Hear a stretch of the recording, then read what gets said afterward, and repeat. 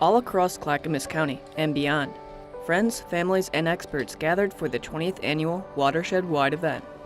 Throughout 10 separate restoration sites, volunteers planted trees, removed invasive plants, and did their part to preserve, protect, and restore areas that have been impacted by various forms of pollution and development.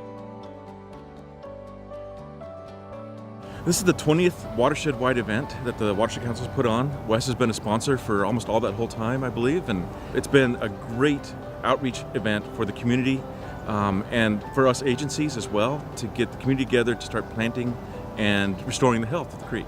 We've had multiple families that bring their kids when they're really little. We've had some kids that could barely hold the shovel in their hands as they walk through, and they come back and we see them grow and we see them look at what they planted themselves.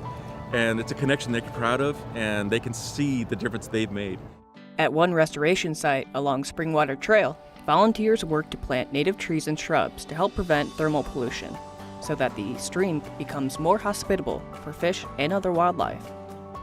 6-7 years ago when we first started this site, this whole area was just covered in berry bushes. And berry bushes prevent native plant life from growing, and the goal here is to improve the plant life along the creek to lower the temperature and make it more livable for the fish. At another site, a local homeowner received the aid of the community to combat invasive English ivy that can spread, conquer, and block out other plants in the blink of an eye.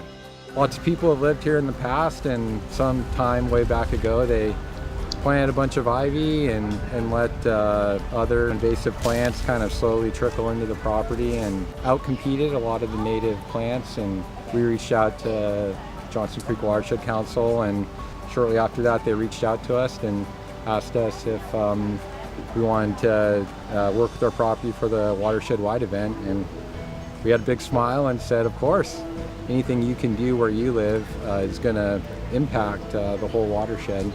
And that, to me, is motivation enough.